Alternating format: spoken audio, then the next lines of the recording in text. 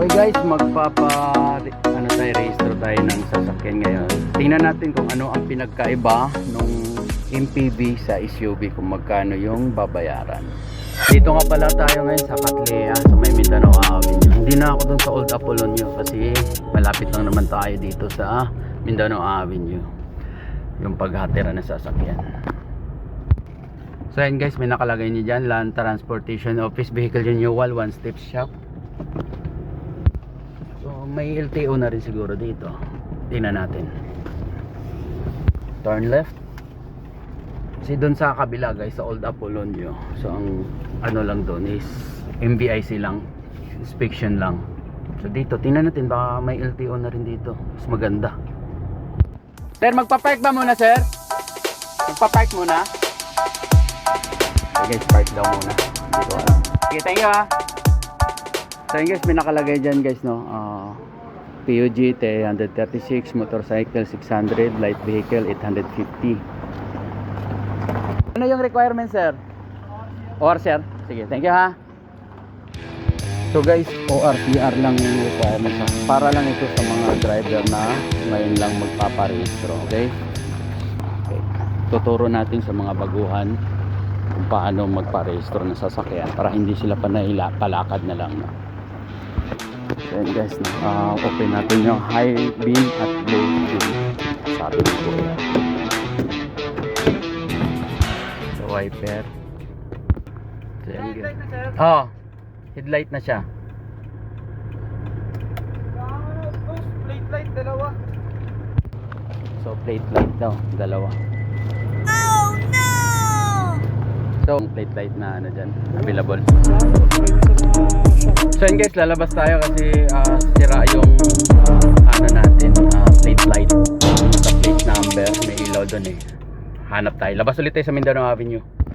So yun guys, kung bago kayo magpapa checking sa ano MBIC, no, siguraduhin yung kumpleto yung ilaw nyo kasi ito kailangan palitan muna yung mga sira-sira. Okay guys, tayo mabibili rito dito tayo sa Mindanao Avenue.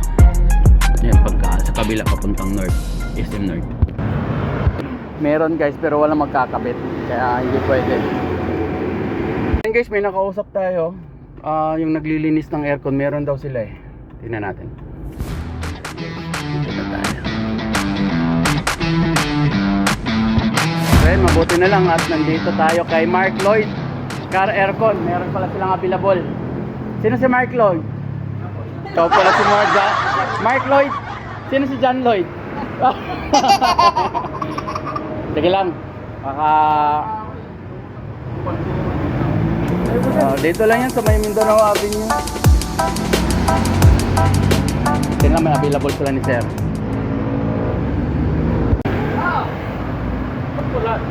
Dapat may pinili yan eh. Bakit sila lang meron eh? So yan guys, pati yung brake light, kailangan rin nating palitan yun kasi wala na rin siyang ilaw, busted na rin. Kaya pag kayo pumunta doon, ipacheck yung inyong sasakyan sa MBIC, pat kompleto yung ilaw. Okay guys, buti na lang andito sila sir, malapit lang din doon mismo sa MBIC sa may Mindanao Avenue, Catlea. Ito yung busted, no? Sige nga. So yun yung kagandahan pagka maayos ka magtrabaho yung mga tao. Kahit papakita nila talaga kung busted ba talaga o hindi. So anong tawag na ginagawa mo, checking kung gumagana? Check upin ko kung may kurente. Ayun. Pag may kurente, ibig sabihin, bumili sila. Okay. Pre, ano nga mga pre? Ano nga pre?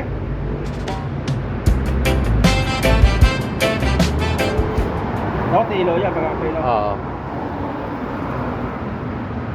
Hindi, naka-ano siya eh. Naka-off. Ano mga? On mo. Kahit sinik yung ano. Palit na yan para ano. Ano nangyari dito? Mahirap? Mahirap daw tanggalin to. Pero ang kagandahan nila, ginagawa nila ng paraan para hindi masira yung sasakyan. Kailan Oo. iangat mo ito sa baksakan mo. Kailangan Yung nakaangat. iba naman mo siya. nakatutok na ito. Okay. Kaya medyo matulas.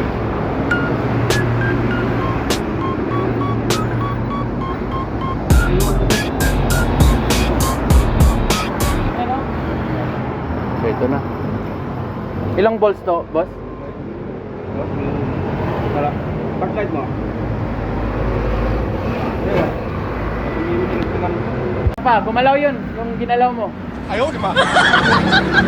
Yan, meron.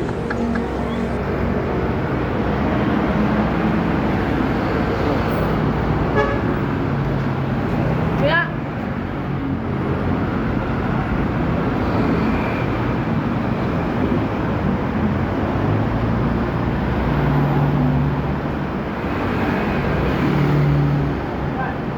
Wala!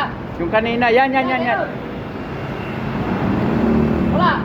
Yan. Wala, meron! May maluwag dun. Wala, meron yan! Oo. Wala, patay! Sige.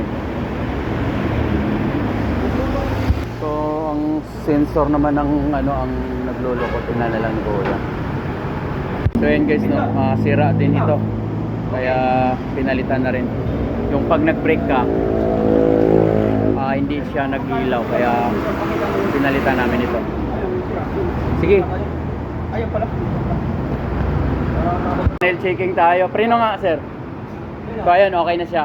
Yung okay. Yung plate light, okay naman siya. Ah, yan.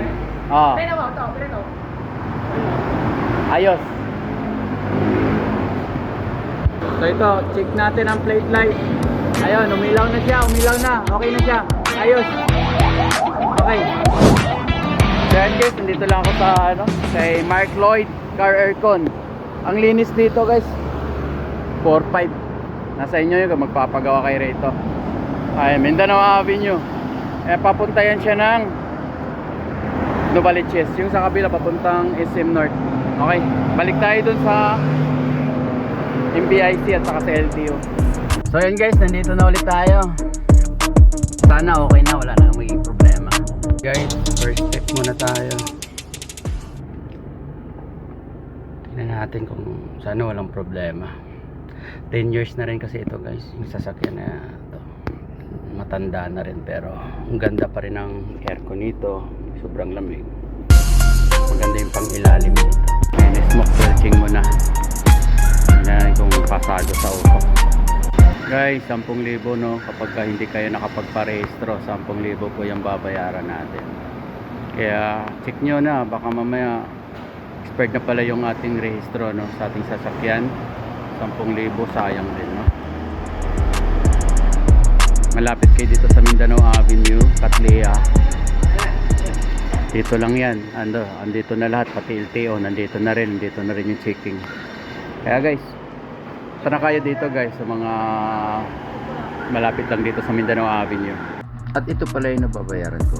MVIC inspection 850, TPL 1360, LTO renewal to 480, saka palit sa ilaw at saka sensor 1.5. Yung aircon ayos pa rin. Yung mga ilaw-ilaw lang ang may problema nito guys. Napakaganda ng Isuzu. Bye guys.